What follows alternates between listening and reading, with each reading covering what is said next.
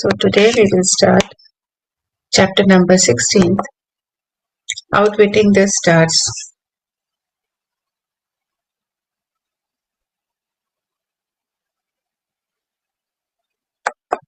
So in this chapter,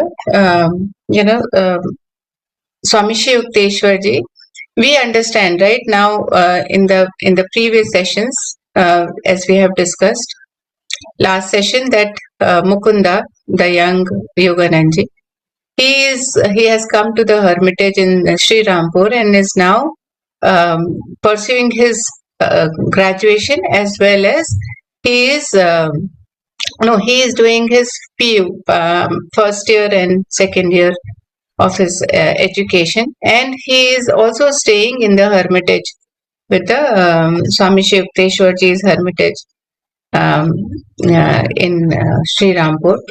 So, which is very, he likes to stay more in the ashram, we understand, and then rather than going to college. And he finds that whatever they teach in college is not of so much of help, what he is learning in the ashram, which is the life science. So, Mukunda, he is in the ashram, and Swami Yukteswarji tells him that why don't you get an astrological armlet? Just a kada. Why don't you get something astrological armlet? And he says that why should I do? I don't believe in astrology. Even somebody, if would tell me, I would also say that I don't believe in that. Why should I wear something like that? So Swami Shri Yukteswarji tells him it's not a question of belief. Only the scientific attitude one can take on any subject is whether it is true. So he says that, it is the scientific attitude we should have. It is not about we just saying, I don't believe in it without understanding something deeply. If something is there, it has some meaningful and it has been researched before. So he says that we should have a scientific attitude and to understand whether it is true or not about it. So he says the law of gravitational worked as efficiently before Newton. So Newton had discovered it, he researched it. But law of gravitational was always there. It was from the beginning of when this entire nature is there. It is there with the nature always, and on the earth, law of gravitation. So whether Newton would have discovered it or not, it would have always been there. So he says that cosmos would have been fairly quiet if the law could not operate without the sanction of human belief. So if everything in this world would have been based on human belief, then there would have been a chaos. So he says, no, all these things was always there. It is just how people have perceived it with their knowledge, what kind of knowledge they have, how deeper the knowledge it has. So again, he says that astrology is too vast. Astrology has both mathematics and philosophically. It has both the aspect. And to be rightly grasped, except by men of profound understanding, people who really, really work hard to understand the astrology, they can only be able to find out the meaning of various star positions, and even if when he's telling to get an armlet, why it is so, what happens, what is the connection between the crystals, what is the connection with the metals in the astrology, all that he has explained. He says that if if people who are not very profound in understanding astrology and they are ignorant, they will be saying we know astrology, but they will misread it. They will misread the heavens and see that scroll instead of script. So they will just scroll over they will just see it over up. They will have only superficial kind of knowledge, but instead of reading it script deeper, then they will not be able to understand. So the person who is very having a deep knowledge of astrology can only share that wisdom. And he says that one should not dismiss the wisdom with the wise. So we should always understand that if we are also going to an astrologist, whether that person has a deeper knowledge of astrology, whether he has read that or studied the astrology like a script and not just scrolled over it. And he says that all part of creation are linked together. So everything in this world, he says, in this entire creation of God, in the Brahmand, in the cosmos, is linked together, and they interchange their influences. So one thing has an influence over other, and that other thing could have the influence over the previous one. So and like that, many other things are influenced by each other. Like for example, ecology, we say na, that how the small animals are dependent, larger animals are dependent on small, and then smaller on the creatures, and then plants, how they are interdependent on the environment, and we on the plants, and animals surviving, how ecological balance happens. Same way, there is lot of other aspect of it, where there is a influence in the cosmos over it, like metals have, crystals have, various stones have, and he has told about even the yogic sciences which we follow, like meditation and many other aspects which we'll be discussing further. So he says that everything in this creation of God is togetherly interchangeable and influence, it has an influence over it. And the balanced rhythm of the universe is rooted in reciprocity. So everything, how what we will give, we will get, right? That is how, what we will sow is what we will, um, um, that is what we are going to get. So he says that my guru continued, man in a human aspect has a combat two sets of forces.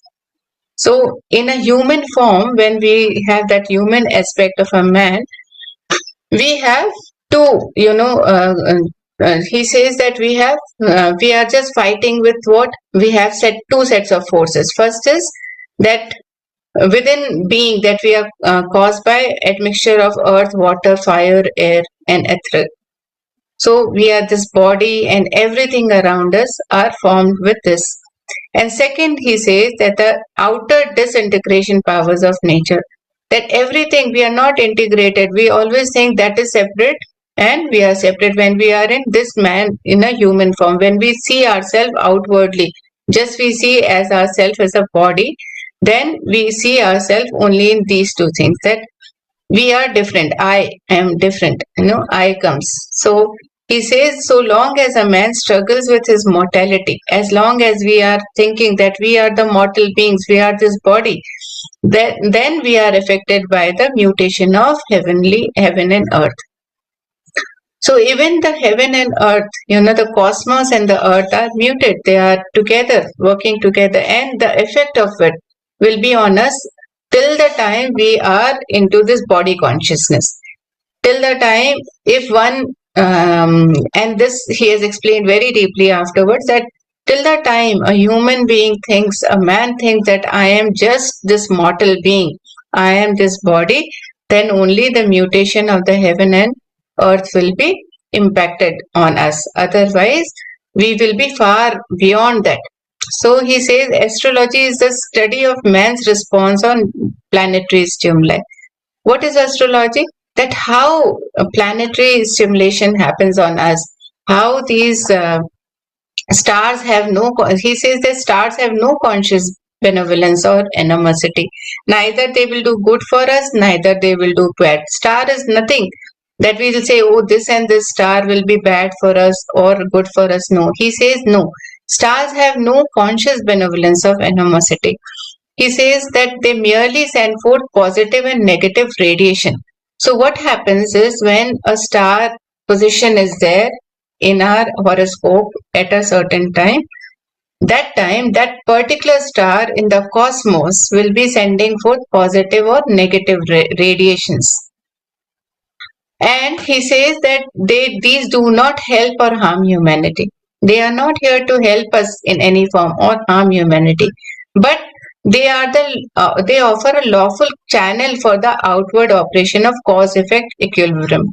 So karma theory, he says that anything which this radiation we will be getting is just because it is a madhyam, it is a medium, it is a lawful channel for the outward operation. Outward operation which is only for the body. When we are in this body consciousness, when we are in mortal being, so we have been in various forms. We have come on earth many, many times, or we have taken birth many, many times, and we have created certain karma. Because of this cause, whatever we have created, whatever causes we have done in the past, or the karma we have done, that has an effect. It will have an effect in this life, or from the previous life we are carrying something, and the causes we are making in this life will also have an effect. So what he is telling is that this planetary stimuli is only whatever negative or positive radiation. There is nothing like that. He says they are just a radiation, and how we will be impacted about it is because we have created something in the past. Now it is just to equilibrate. It is just to bring it in balance. That okay, the effect of it will be in the balance. And then, so how it will be balanced? Okay, we have done something, now we have to also be ready to take that effect of it in our life, be it good or bad. And stars are only sending the radiations. So this is very important, that the stars are only sending the radiations. So further we will understand it more deeply. He says when the child is born on a particular day or a time, when a child is born on a day and that hour, when the celestial rays are in mathematical harmony with his individual karma. So only and only when, so certain times we will see that a soul is taking lot of time to come to the earth in a mortal form. Why? Because that mathematical positions of that soul's karma is not aligned, and until and unless there is a celestial body or a star is ready for being in harmony with the cause and the effect which in a mortal being that soul has to take on, till that time the child cannot born. So he says only when the celestial rays are ready with a mathematical harmony, it is all calculative. From the previous to now, all calculations heavenly bodies does it, and then it takes into consideration all the karma, individual karma of that soul from the previous lives, whatever it has been, and the child is born only when that celestial time is ready.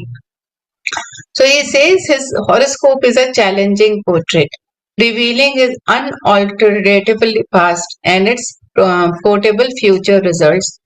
So, the horoscope, which comes on that time, which is made as per that time and the day, that it reveals the unalterable past. Means whatever is there, our natal chart can be rightly interpreted only by men of intuitive wisdom, who are really having deep knowledge, and who are leaving everything else aside, but they are very looking into it from the new eye kind of perspective. Those people can only share the right wisdom, and those kind of people on the earth are very, very few, he says. So, so he says further that, as he said, that at a particular time when that star has everything, all the mathematical calculations are as per the individual soul's karma from the past, and whatever the effect that soul is now going to be getting, whether good or bad, that kind of radiation the star is going to give out. He says that it is not about, so we'll think, as of now we will be thinking, okay, we will, there is a karma we have created and we are going to get an effect. But he says no, it is not like that. It does not mean, he says, that the heavens at the moment of birth is not meant to emphasize fate.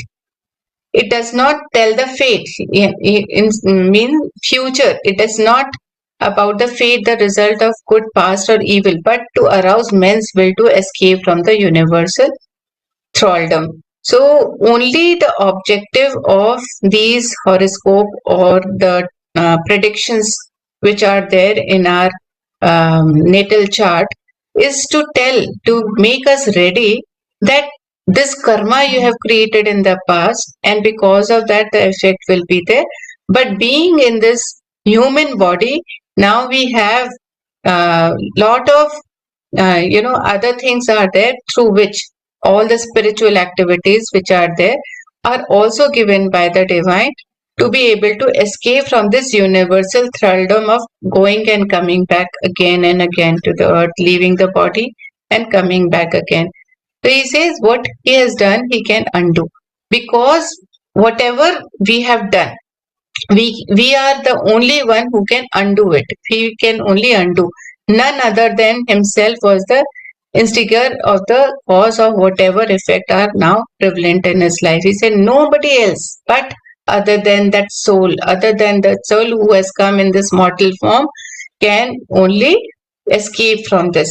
And if they try, so how he can do it, how that soul can do it, he can overcome any limitation because he created it by his own action in the first place.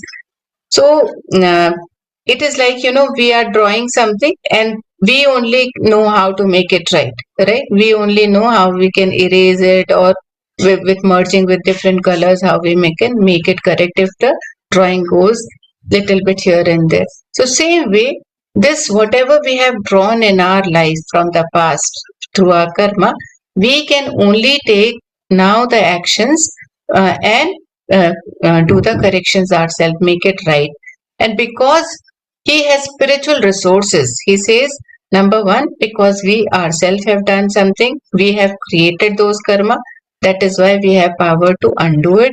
Second, he says that it is from through our own actions we can make it right.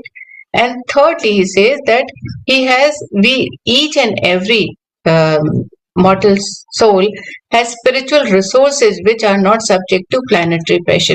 So soul does not have an spiritual resources which we have in this world, which are also given by the divine, are not subject to the planetary pressure. So planetary pressure is only on the mortal being, on when we are connected, when our consciousness is on the bodily form of our mortal being.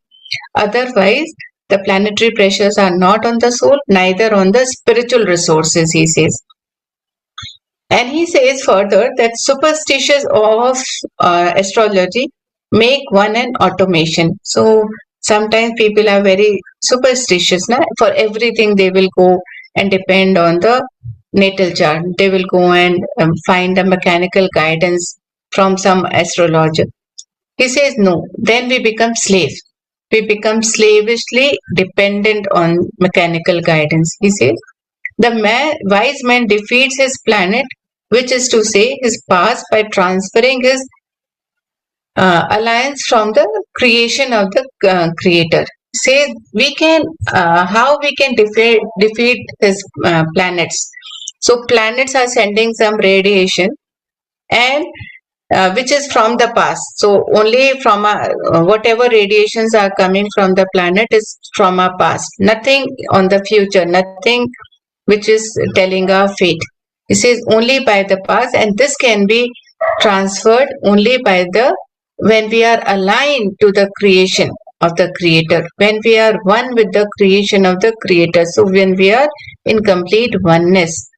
And he says the more he realizes his unity with the spirit. Second is when we realize our unity with the spirit, that we are Atma, we are the soul. Then he says the more we realize, every time we remember that we are soul, the less he can be dominated by the matter. The matter around us will not dominate on us when our consciousness always will be that we are soul. And he says the soul is ever free. It is deathless because birthless. Soul is always free. Neither it dies nor it takes birth. It cannot be rejuvenated by the star. That is why stars cannot regiment with the soul. Therefore, soul is always free. So when we are everything we have understood before also, right? And through these this book, other chapters, that everything has come in this world. In the previous chapter also we studied that everything is created through a thought, and continuously our thoughts are there in the universe. How we attract those thoughts in our life, and that is what our life is, takes a form in various forms.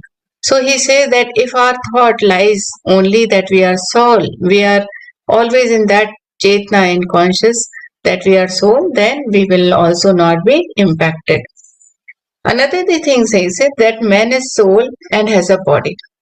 Man is always, all human beings are soul and has a body. We just have a body, a channel.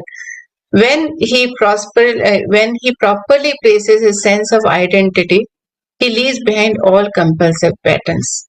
So when we place our sense of identity, either we have an identity of being a mortal being, or we have a identity that we are soul.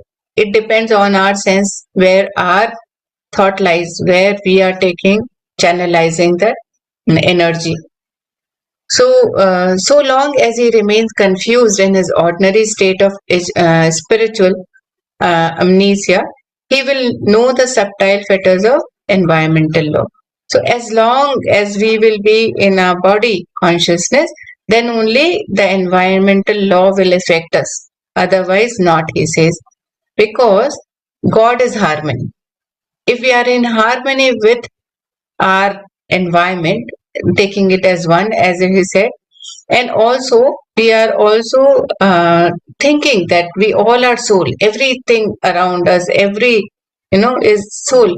So then we will be in harmony with the God, and when we attune ourselves with God, when we attune our consciousness with God, then he himself will never perform any action amiss. Then that person who are always attuned with God, because attuning with God will bring us in oneness, will also bring us in understanding the truth.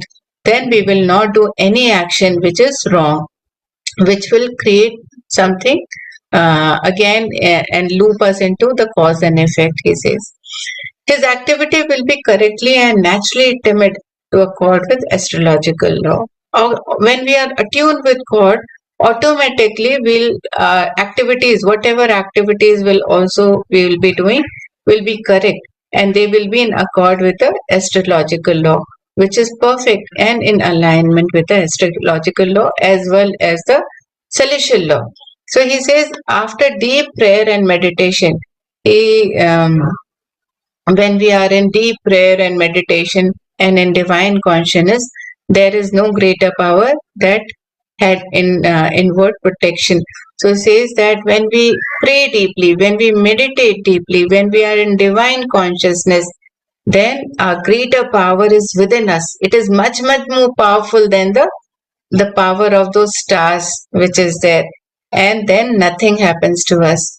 That is why he says that uh, that is why he tells Mukunda, dear master, why do you want me? So then, after all this has been told, now Mukunda, the young Yogananji, he has a question. He says, okay, I understand all this, that, okay, I am meditating and I'll meditate. So it will not have an effect. So why do I need to wear a bangle that you are telling me to wear an astrological bangle? Why should I wear that? So he understand, okay, being always in soul consciousness is something that will always protect. Meditating and being in divine consciousness will protect him. So why he has to wear a bangle? So then Yogananji tells him about the relation between the various crystals, metals, etc., which help in the astrological matter. So he says, and he did not have this question to, just to question Swami Shivteshwarji, because he was trying to understand why Swami Shiv, and he always trusted his guru. So he says that I wanted to know his noble exposition on this part also, that why a bangle. So Swami Shiv Yukteswar explains it that ancient rishis discovered many ways to curtail the period of man's exile and delusion. So we all have this long period, no, of various births we have taken, full of delusion, and then we have reached here, maybe some good deed in the past life, and then we are into spiritual activity now in this life. But around us, there are still many people who are in those, still having the exile of delusion. And we are on the way, still, lifting the veils of this delusion. So he says that there in that time, many rishis discovered many ways to curtail the period of man's exile and delusion. There are certain mechanical features in the law of karma which can be skillfully adjusted by the finger of wisdom. He says that divine has given us a lot of, that there are mechanical features of law of karma, and that can be skillfully adjusted. How? He says all humans is arise from some transgression of universal law. Because we did not fulfill something as per the universal law, that is why all ills in our lives, that is why the karma was formed, because it was not as per the universal law, our deeds in the past. So he says that there are various means which helps a man to undo whatever has happened in the past. One is by prayer, by deep faithful prayer.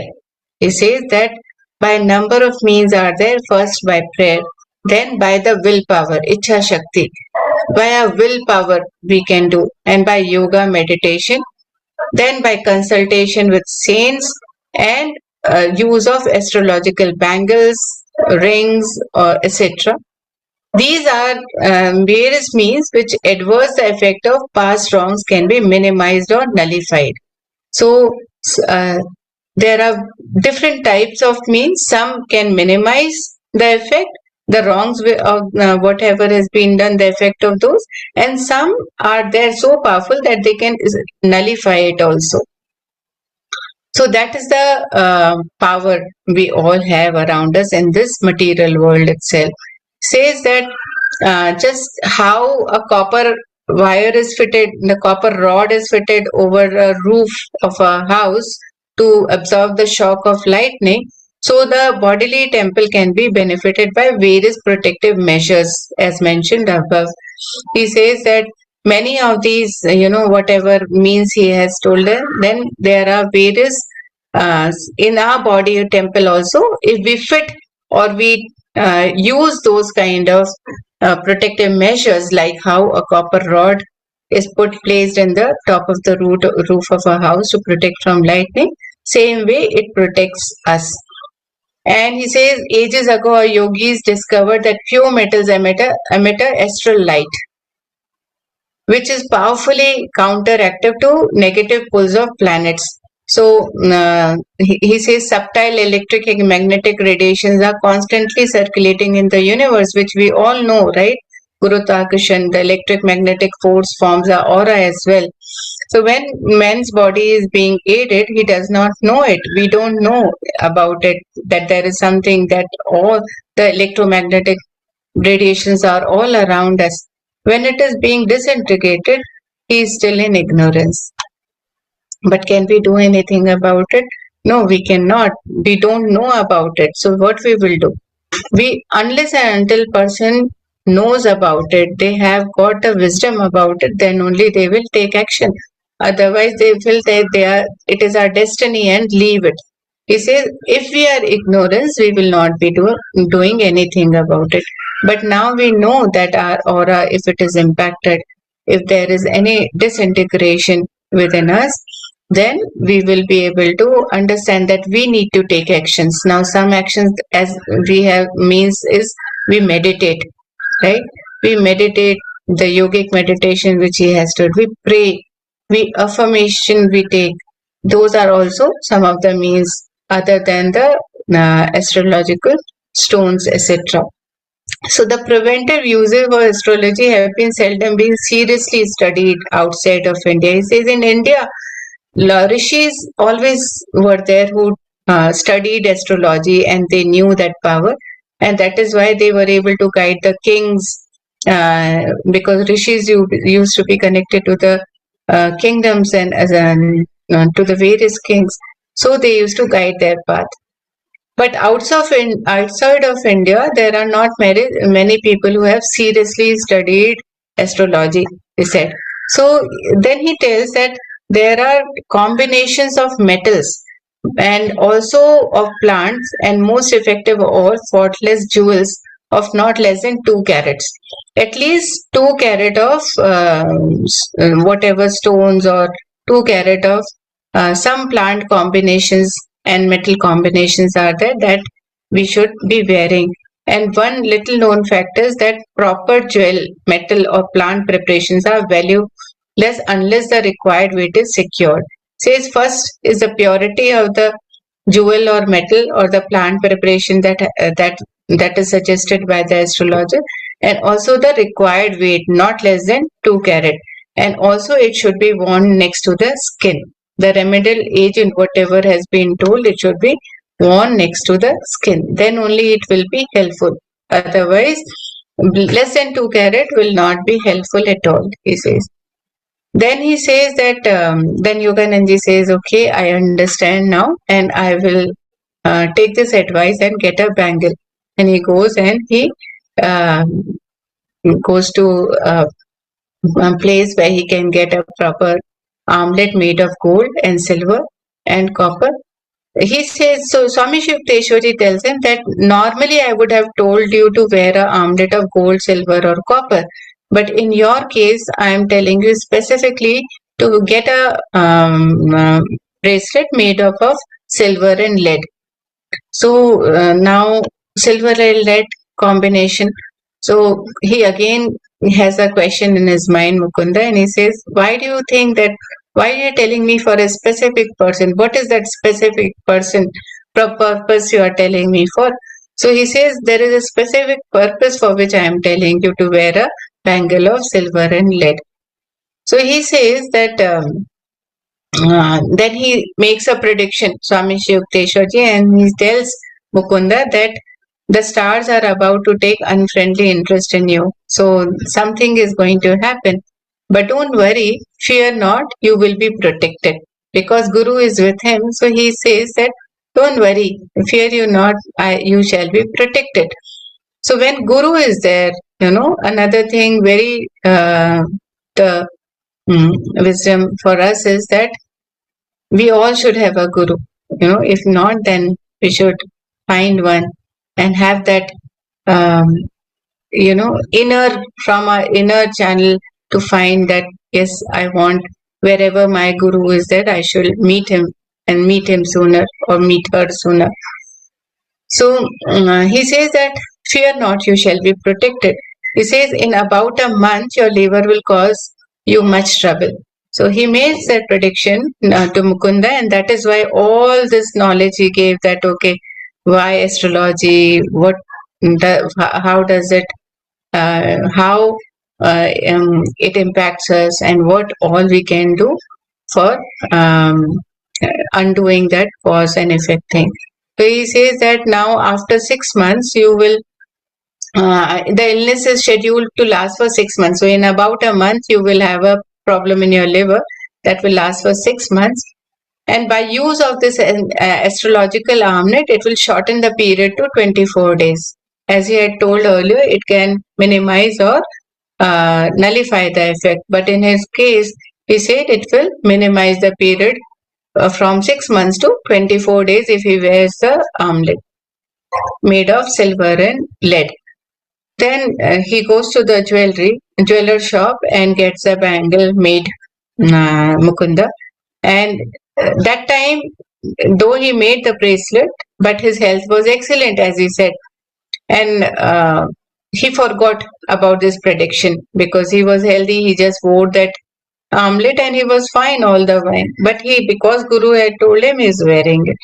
After that, Swami Shri Yukteswarji leaves for Banaras. From Sri Rampur, he goes to visit for some days to Banaras. And after 30 days of when they had this conversation, all of a sudden, Swami Mukunda had a pain in the region of the liver. And it was so terrible that he was like, it was like a nightmare. That kind of a pain he started having in liver. And he was very reluctant to disturb his guru because Guruji had gone to Banaras. Now he thought, I will be brave enough to endure this pain and I'll try it myself. I'll endure this pain. But it was becoming unbearable as the days were going. But 23rd day, he felt he was tortured and he was feeling very, very weak in his resolution also that he can bear it himself. So he says that Mukunda also leaves for Banaras and to meet Guruji Sri Yukteswarji. When Swami Sri Yukteswarji, who already knew that he will come, right? He greets him with warmth and because he is far-sightedness Guru. So he says that when he reached there, Guruji greeted him both. But it was a very busy day, so he did not get time to talk to him.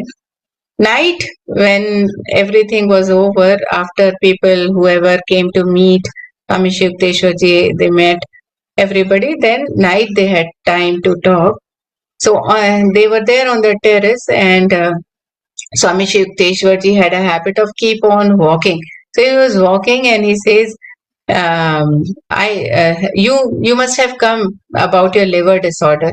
So before Mukunda could say something, Swami Shri Yukteswar himself said that you must have come here because of your liver disorder. Let me see, you have been ailing for 24 days, haven't you? He said, yes, sir. So he says, did you do the exercises I have taught you? Mukunda says, no, I had no strength. So I attempted. And if you would know that how much pain I was going through, you would not tell me to do this exercise, he tells Swami Shri Yukteswarji. So Swami Shri Yukteswarji says, you say you have pain, but I say that you don't have, you have none. And how much such contradictions exist? So Guruji was looking at him and inquiringly that when I'm telling you you have no pain and you are saying you have pain, these are two contradictions. And when Mukunda understands it, that it is through our thought, it has gone in the thought that I will have pain because of the thought I am having the pain. So then he says that as soon as I realized it, I was dazed and then overcome with joy of relief. All of a sudden, he feels so relieved. The pain goes off completely. And he says, no longer could I feel continuous torment that I had kept me nearly sleepless for weeks because it was in the thought, that he was carrying the pain. And it was from the cosmos that he was sucking it within himself. So this is a lesson for all of us that when we bring something in our thought, we feel it. If it is not in our thought, we do not feel it. And he says that Sri Yukteswarji words, the agony vanished from him, and it was never there. That illness was never there. That kind, it just vanished. And with gratitude, when he started kneeling on the feet of Swami Shri Yukteswarji, then Swami Yukteswarji says, no, don't be childless, get up and see the beauty of moon over the Ganges. That time he understands that Guruji is telling him to always understand, it is not me, it is God who is healing. Remember to be connected to the God, not to the person. And he again directs him that remember that, and God has been the healer, not me. So then he says that, so those kind of gurus are very less who do not want their disciple to connect to them, but they always guide them to connect to the God. They are the teachers who take us, who are real gurus, will be always connecting us to the God, not to themselves. So Swami Shri Yukteswarji was like that.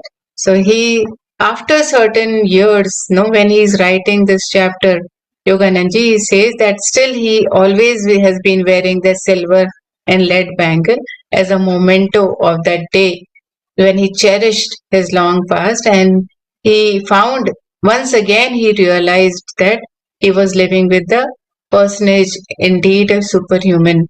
So he realized that he is living in Sri Rampur not with a living being but a superhuman who through channel of his words, through just he makes the things happen in our life. That is the kind of person Swami Yukteswarji was there, who was a real healer. And afterwards he took many friends to him, and they all were recommended, they were healed, either just the healing power of Sri Yukteswarji, or also the recommendation of jewels and bangles and other things as per his astrological wisdom. Always he helped Yogananji's friends also. So later, I'll just take a little bit more, and then he says that in his astrological charts, in his natal charts, Yogananji's, it was also a prediction that he will marry 3 times, and being twice a widower. That was the prediction made by a family astrologer. So family astrologer had told to the family when Yogananji was born, and later when they would have consulted to him, that Yogananji will be marrying 3 times and twice a widower. So many times he says, Mukunda, that I brooded over this matter like a goat, waiting to be sacrificed before the temple of triple matrimony. It was like, when that thing will happen in my life, always looking. But then, he says that, and many times, if anybody, or you all may have also experienced something like that, that in an astrological and natal chart, something like that has been given that this is going to happen. And then mind goes into that only, okay, sometime when that time will come, it may happen. So the same thing, it was going within Mukunda, and he says that uh, um, his brother always used to remark that you may as well be resigned to your fate. You should be ready for it, because as your horoscope also had stated that you will fly from home towards Himalaya and during your early years, but you will be forcibly returned. That also was predicted in your horoscope. So your forecast about your marriage is also bound to come true. That his elder brother Ananta used to chase him. So he says that a clear intuition came to me, Mukunda. Yogananji is writing in this chapter. He says that a very clear intuition had come to me one night that whole prophecy was wholly false. He felt that within his inner being was telling this all prophecy is false. And then he gets up and he took that horoscope of his, which was there placed near wherever it was. He takes it and he burns it. He burns it, and placing the ashes in the paper bag where he wrote. And on that paper bag, he kept all the ashes of that horoscope in one paper bag. And over the paper bag, he wrote, seeds of past karma cannot germinate if they are roasted in the divine fire of wisdom. He wrote this sentence and kept that back. So when Ananta saw that, and he wanted Ananta to see, his brother to see, and he said that when brother saw it, he says, you cannot, his brother Ananta says that you cannot destroy truth as easily as you have burned this paper of the scroll, because the truth is that you will get married 3 times. That is how he was chasing. So afterwards, what he is trying to tell from this second thing is that he says that each time I refuse to fall in with the plans. He says, I refuse that the plan of the cosmos, I refuse to fall in that plans. From my inner being, I said, no, this will not happen. Why? Because knowing that my love for God was more overwhelming than astrological persuasion from the past. And he says that my love for God is so much deep, it is overwhelming, that my past, whatever is in my past astrological persuasion, will not happen. It will not, it will fall down, it will fail. And he says, the key thing for us to take is that he says that the deeper the self realization of a man, the more he influences the whole universe by his subtle spiritual vibration. The more and more we self realize. A self realized man is understanding the truth, whatever the truth. So if a man, if a human being is self realized, then he says that no influence of the whole universe can influence, because of the spiritual vibrations through that, because of the self realization will be there. And the less he himself is affected by the phenomenal flux, he will be less affected by all that is, and the phenomena of the nature is happening, that will not impact. And he says these words of Master often return inspiringly to the mind. These words had been told to him by Swami Shivteshwarji, and he always remembered these words as if they were echoing to him in his ears all the time. That if he is also self-realized, then nothing can happen from the universe. So he says, occasionally I told astrological to select my verse period according to planetary indication. He was a researcher, as Pitama Patriji also says, now be the scientist, be the spiritual scientist. So what does it mean to be a spiritual scientist? Is to try out yourself, right? So what here Mukunda, he is doing it, Yogananji, in the young. He says that he used to tell the astrological, all the astrologer and the family astrologer or many other astrologers to pick up the worst period from his horoscope, seeing when the worst will happen as per the planetary indications, and I will still accomplish whatever task I set myself. He says, I used to challenge that and say that I will accomplish whatever task I set for myself, no matter how worse that period is. And he says, it is true that my success at such time has been accompanied by extraordinary difficulties. Say that time whatever work I had chosen that time during this worst periods, I had greater challenges, extraordinary difficulties came to me. But my conviction has always been justified. He was conviction that he had that he will do, even though the worst period is there, but he will win, he will succeed. Why? Because the faith in the divine protection he had. He says, because of my faith in the divine protection and the right use of man's God-given will, are forces formidable beyond any invertible power can muster.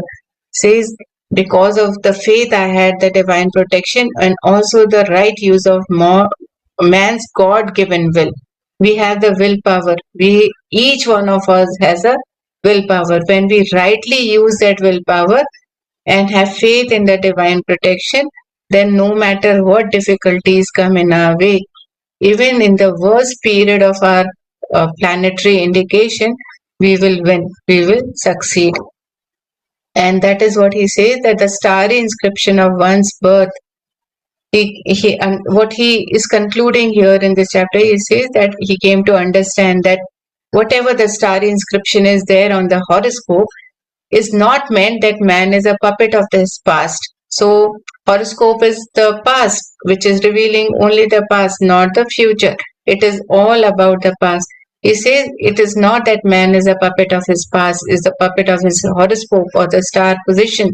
It's a message is rather brought to pride. The very heavens seek to arouse man's determination to be free from every limitation.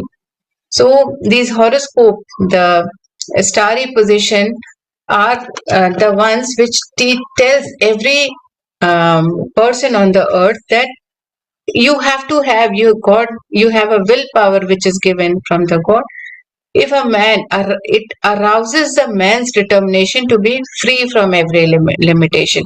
God created each man as a soul, dowered with individuality, hence essential to the universal structure, whether in temporary role of a pillar or a parasite. Do we want to become a pillar or we want to be a parasite? It is all on us. And he says his freedom is final and immediate. If we decide that we are the pillar, we are going to we are activating our willpower, and then freedom, we'll get the freedom final and immediate. That time we'll be free from all this, whatever vibrations we are and whatever radiation we are getting from the starry position. And he says if he so wills, it depends not on an outer but inner victories. How we are able to win from inside, it depends on all that. And then outer victories will come to us. Outer, all this materialistic, whatever is there, impacts are there, the nature impact is there. But first we have to have inner victories. That is what he is telling about this astrological thing. And then in this chapter is about just briefly I'll tell about that, about the yugas that is was there in the beginning, in the preface, that we had discussed about various yugas. Is there how much period, the length is there, Satyug is how much, Treta Yuga is how much, so all that he's explaining once again. And he tells that so he had Swami Shiv Yukteswarji, who is also known as a Gyan Guru, who has told us about the 4 yugas, which are and how they are connected to each other. What are the various yugas are connected to Greek ideas of iron, bronze, silver, and golden ages. So golden ages is a Satyuga, then silver is Treta, bronze is Dwapar, and the iron is Kali Yuga. So that he is emphasized, and then that all he has again brought this in this chapter, so Yogananji, telling that how much wisdom Swami Shiv Yukteswarji had. And he says that after that he says that all this, the cycle of eternal round of Maya, which we are seeing, that eternal rounds of Maya is there in this world of, where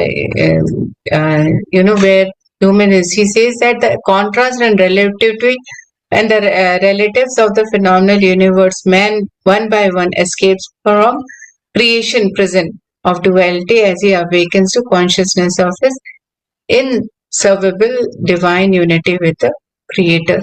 So when we are in oneness with the divine, and we are just, we are the madhyam, we are not doing anything, we are inservable. We are not, we will not be able to do anything, and we are not doing anything. It is only the Creator, it is the only divine who's the doer. When we come to that consciousness, then slowly we escape from the duality, the prison of duality. And that is what he is telling. And he says that, then he explains that in Bhagavad Gita and in Bible, both he has studied Swami Shiv Yukteswarji. He said various verses are there, and he gives an example of 13th shloka from the 6th chapter of Bhagavad Gita, where the 13th verse says that in Bhagavad Gita that the path, one of the verses says that fix one's vision on the end of the nose. In this 13th verse of 6th chapter, it is mentioned, one word says that fix one's vision on the end of the nose. But he says that pundits, Eastern pundits and Western translators, they have not, they were not had enough wisdom to tell the clarity of it. It says that the path of yogi is singular enough as it is. So why they have told that, okay, you have to have your vision on the tip of your nose. That is not the meaning of that verse. Rather, the meaning is that nobody wanted, even the Krishna did not want you to be cross-eyed. The true meaning of Nasika Graham, which is the word which is there in that word, Nasika Graham, is origin of the nose, not end of the nose. So the origin of the nose means this. So the nose begins at the point between the two eyebrows, the seat of spiritual vision. And then he said Sankhya. Sankhya yoga hai, Sankhya Yoga, which is Ishwar Asiddha.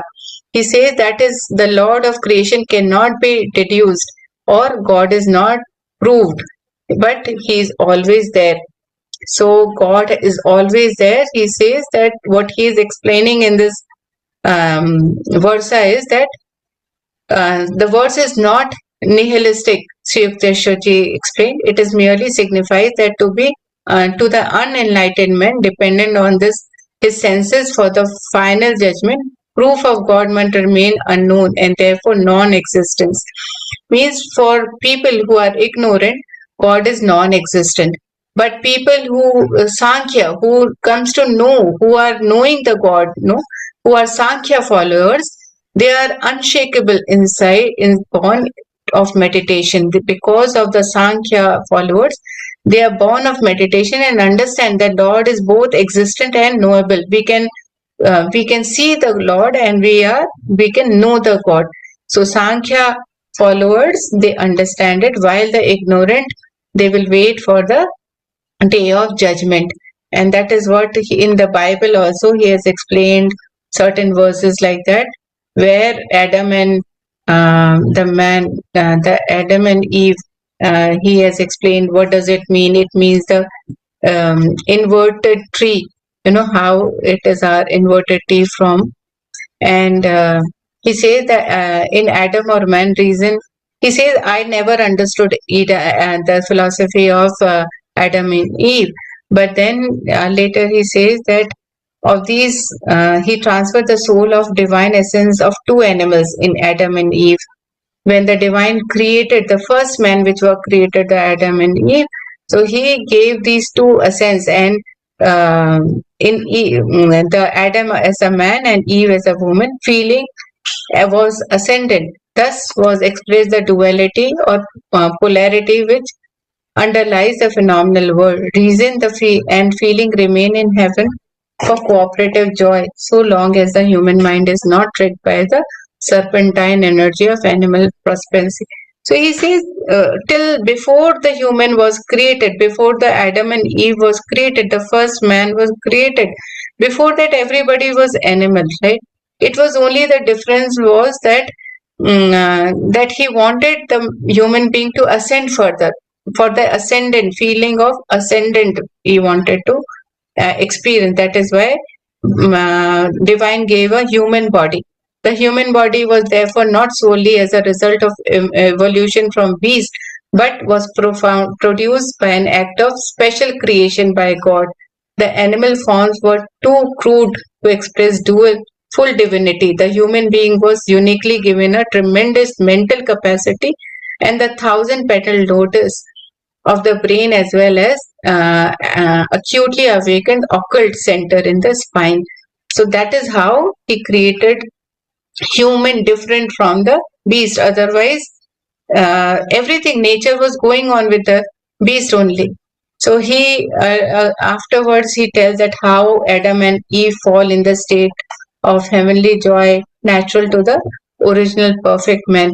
So earlier, originally, divine wanted to create a perfect man, but Adam and Eve had fallen into the state of heavenly joy into the nature, and that is how the duality came into existence, knowledge of good and evil.